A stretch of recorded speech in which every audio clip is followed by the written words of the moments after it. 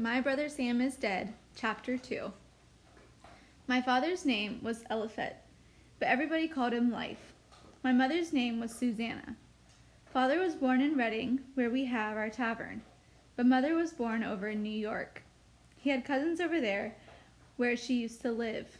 Their names were Platt, which used to be mother's name. I'd never met them, but when father went over to Verplank's Point every year to sell cattle and buy supplies, he stayed with them and caught up on the news. Reading wasn't much of a town compared with places like New Haven, although actually I'd never been to New Haven. About the only big place I'd ever been was Fairfield, down on Long Island Sound, where I used to go sometimes with father and Sam to pick up sugar or rum that came up from Barbados in big ships. There were thousands of people in Fairfield, at least it seemed like that. There were only a few hundred in Reading. Reading was divided into two parts, Reading Center and Reading Ridge, which was where we lived. Our tavern was at a corner where the Danbury-Fairfield Road met Cross Highway. Across the Danbury-Fairfield Road from us was the church and the graveyard. Next to the church, on the other side of Cross Highway, was an empty field where the train band practiced drilling. Next door to us was the Betts house, and scattered around were a dozen more houses, the Sanford's house, and the Rogers house, and Mr. Heron's house, and some others. Our tavern was finished with shingles, but some of the richer people, like Mr. Heron, had white clapboard siding on their houses. Our church in Reading Ridge was an Anglican church. Anglican meant English church. In England, everybody had to belong to it, or at least they were supposed to. In Connecticut, we had freedom of religion, so you could belong to any church you wanted, unless you were a Baptist. But there were hardly any of them in Connecticut. Over at Reading Center, there was a Presbyterian church.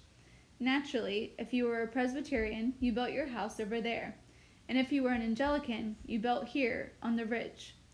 Although, of course, there were lots of farmers all around who didn't live near either church, and just went to the one they wanted. Because our church was the English church, the people here on the ridge seemed to be more on the Tory side, and wanted to be loyal to the king. To tell the truth, I didn't exactly understand what the argument was all about.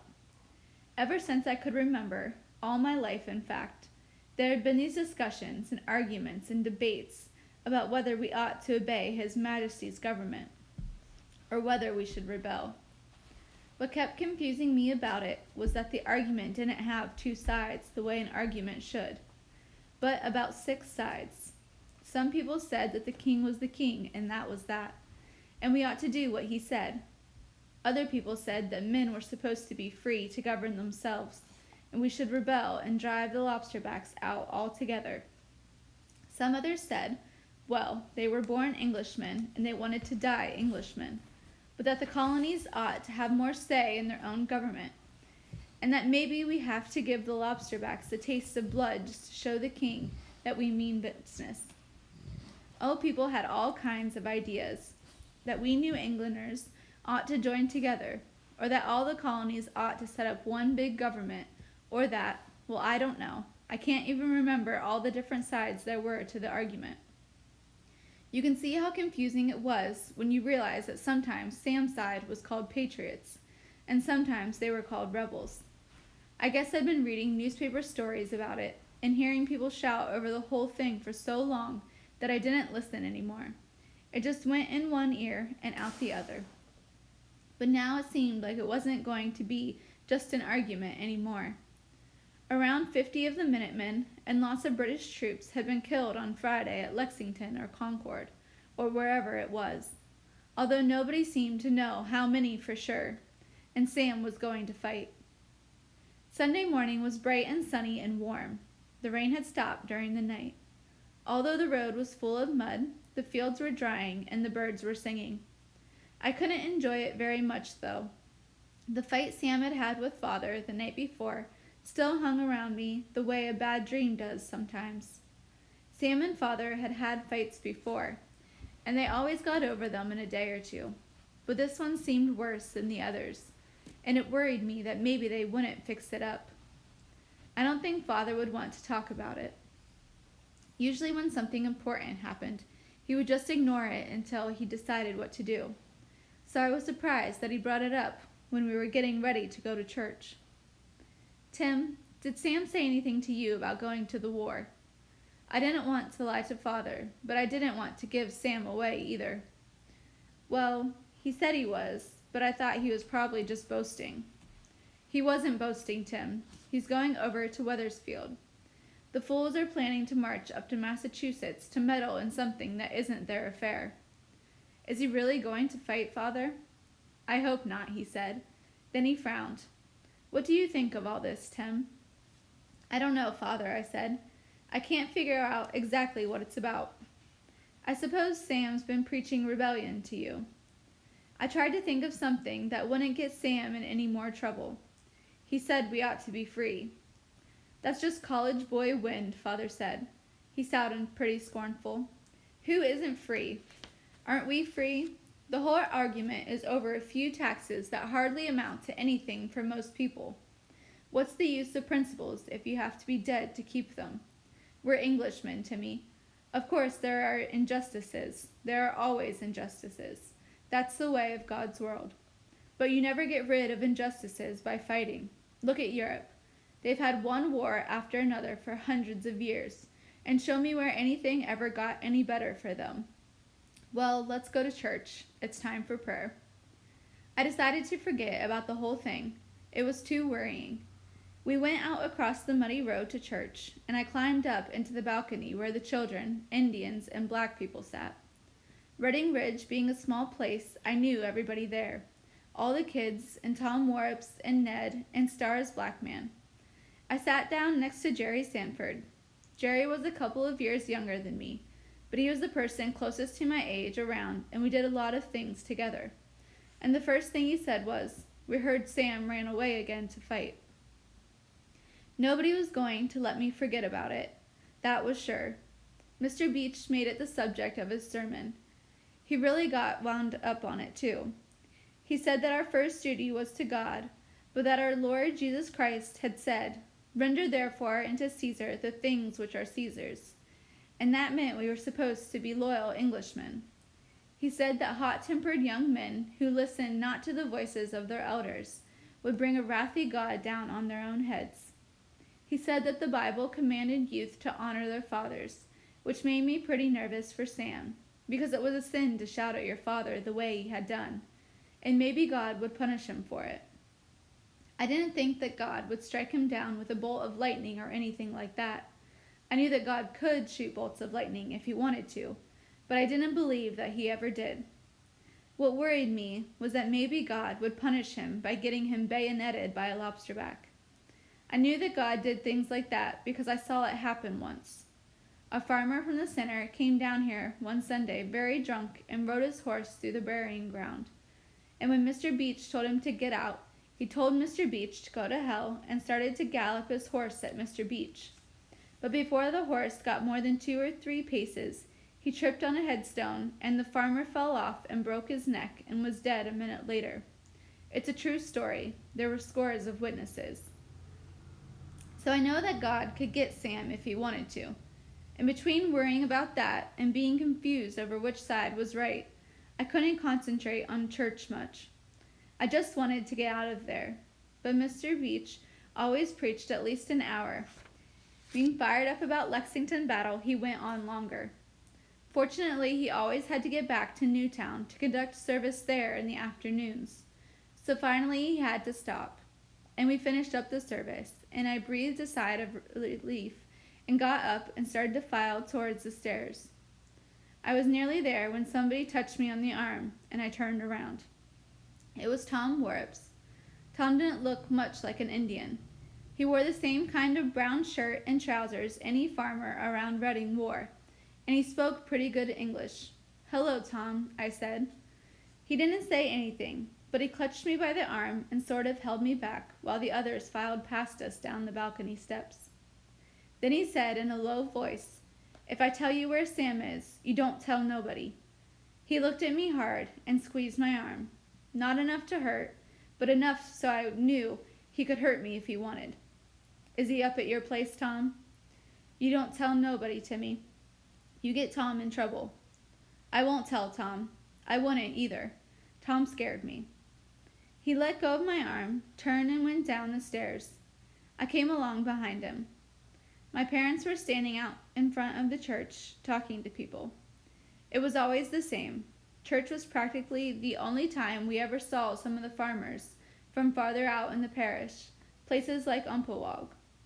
They wanted to keep up with the news, and Father always spent some time with them. It was good business, Father said, to be cordial with people.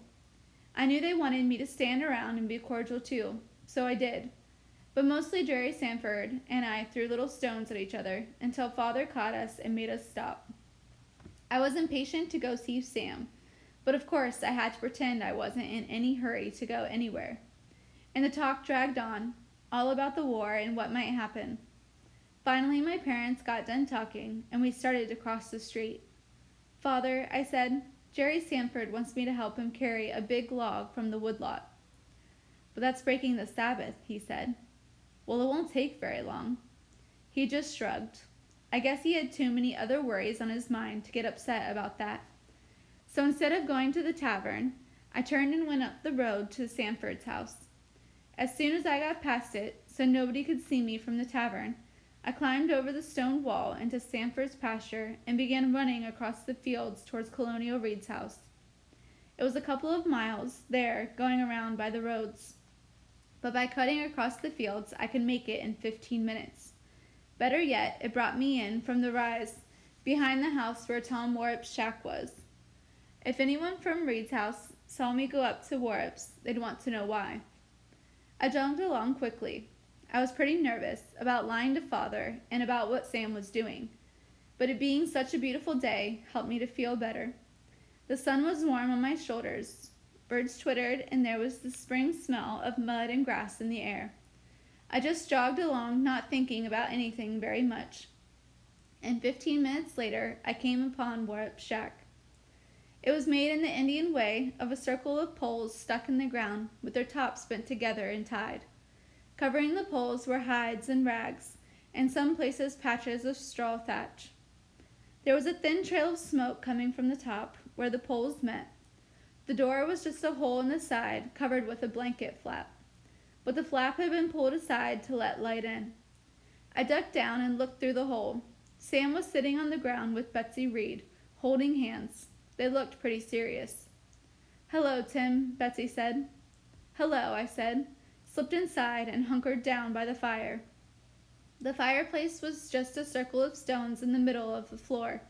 There was a bed made of a couple of deer hides stretched across the frame, a few pots and pans, and not much else. I can't stay very long. I told Father I was helping Jerry Sanford move a log. Oh, Father, he said. He sounded bitter. I heard your fight, I said. I'm too old for him to tell me what to do anymore, said Sam. This morning he said you were full of college boy wind, I said. That's because I wouldn't obey him.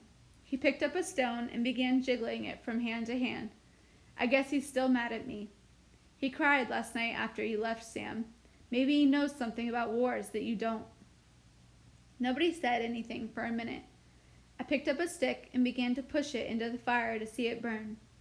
Then Betsy Reed said, Timmy, are you on your father's side or Sam's? I wish she hadn't asked me that question. I didn't want to answer it. In fact, I didn't know how to answer it. I don't understand what it's all about, I said. It's simple, Sam said. Either we're going to be free or we're not. Betsy touched his arm. It isn't that simple, Sam. There's more to it. What side is your family on, Betsy? I asked. Oh, we're all patriots. After all, my grandfather is head of the militia. Her grandfather was Colonial Reed. Her father was Colonial Reed's son, Zalman Reed. They lived not far from Colonial Reed. Is your grandfather going to fight the lobsterbacks? I don't think so, Betsy said. He's too old. He said he would probably resign his commission to some younger man. Anyway, he doesn't think we ought to fight unless we really have to. He says there ought to be some way of working out with the king in Parliament without having to fight. There isn't any way to work it out, Sam said. The British government is determined to keep us their slaves. We're going to fight. A lot of people aren't going to fight, I said. Around here they aren't. This is Tory country.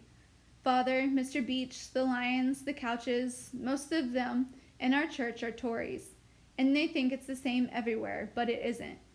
Down in New Haven, they're ready to fight, and Wyndham's already marched their militia to Boston. He was being scornful. Sam always got scornful when other people disagreed with him, because he always thought he was right. Although, to be honest, a lot of the time he was right, because of being so smart. But still, it was hard for me to think that Father was wrong. Sam, Father says for most people, it isn't being free, it's only a few pence in taxes. That's Father for you. It's the money that counts. There are principles involved, Tim. Either you live up to your principles or you don't, and maybe you have to take a chance on getting killed. Who wants to get killed? Nobody wants to get killed, Sam said, but you should be willing to die for your principles. That's right, Betsy said. But Betsy, you don't have to take a chance on getting killed, I said.